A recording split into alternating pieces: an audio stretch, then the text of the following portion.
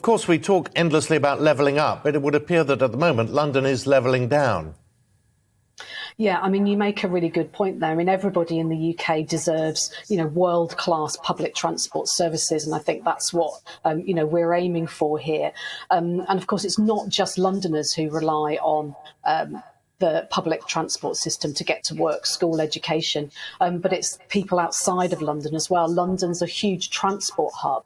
3/4 of all rail journeys start, end or pass through London because people are on their way to airports, they're on their way to other parts of the country.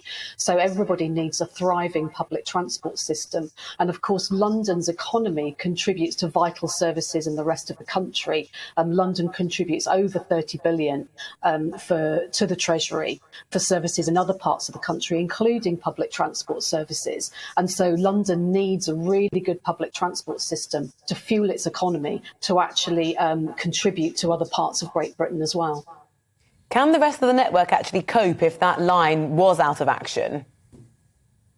So the Bakerloo line, I mean, the reason it's really ripe for potentially being one that's taken out, and it might not necessarily happen. They might just decide to kind of decrease the frequency of tubes across the whole network, which of course would mean kind of more crowding on platforms, having to wait longer for your next tube train. They could do that instead.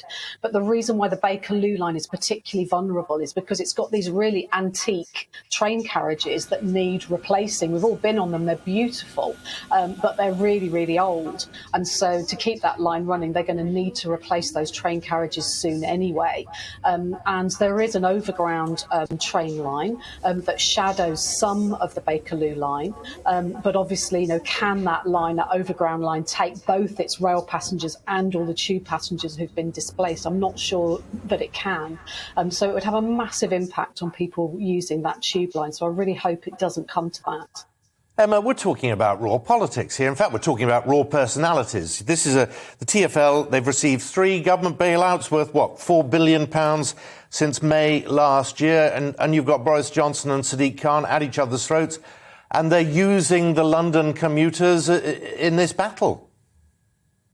I mean, I think you're right. We've just got to take the politics out of there and kind of transcend the political battle that's going on, really. We need the government and the mayor to kind of put aside any differences and get together and really work out how to kind of fill this funding gap. There's probably got to be give and take on both sides, because it's real people who use transport to go about their daily lives who are going to be really negatively impacted if they can't sort this out.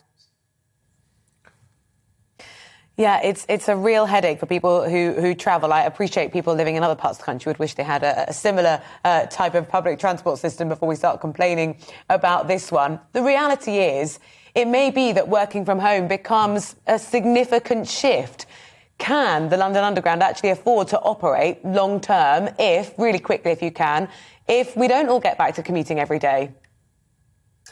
I mean, all transport companies, including train companies, are having to change their business models, aren't they? Because it looks like most of us, or a lot of us who have the kind of jobs where we can work at home, are going to be working at home for some of the time. So that's obviously going to impact on income. But I mean, what transport operators are saying is that leisure travel has really bounced back to pretty much kind of back to levels where it was previously. So there are lots of people who want to use these services, but there will be some kind of adjustments that have to be made to account for the new normal, if you like.